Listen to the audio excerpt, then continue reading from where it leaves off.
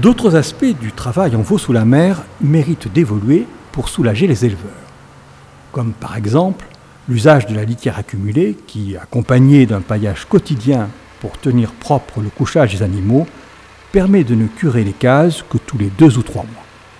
Cette opération particulièrement pénible peut se faire sans effort avec un tracteur équipé d'un godet ou d'une fourche.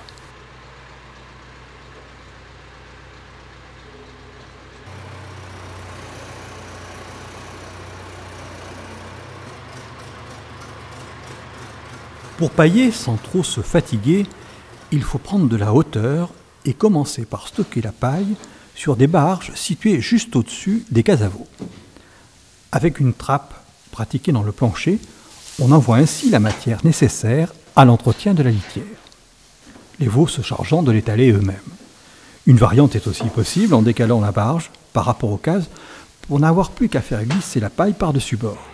Autre solution tout aussi pratique pour cette tâche quotidienne, une dérouleuse pailleuse derrière le tracteur et le tour est joué.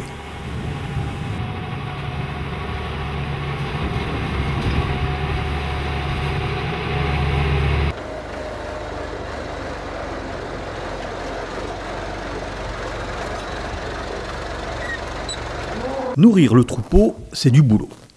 C'est pourquoi il vaut mieux privilégier des systèmes d'alimentation simplifiés et mécanisés, comme cette mise en libre service du foin ou de l'enrubanné, servi comme ici au Cornadi ou dans des râteliers.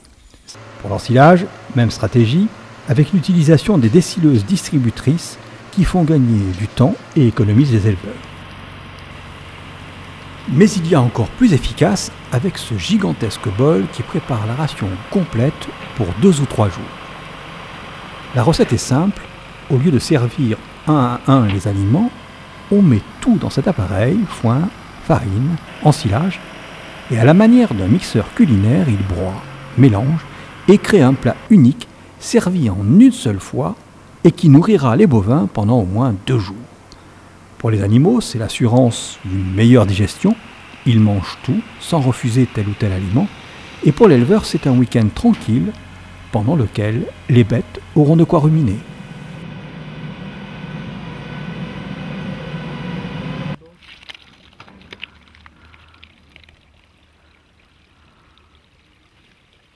Droite. Stop.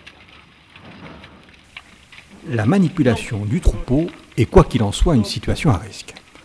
D'abord parce que l'éleveur est souvent seul et que les animaux ne sont pas aussi dociles, aussi maniables, aussi disciplinés, aussi prévisibles qu'il le voudrait. Un assistant aussi zélé que ce chien de troupeau évite donc beaucoup d'énergie et de stress. D'autant plus qu'ils sont rapides, obéissants, efficaces, infatigables et à commande vocale, un vrai produit de haute technologie. Droite. Stop.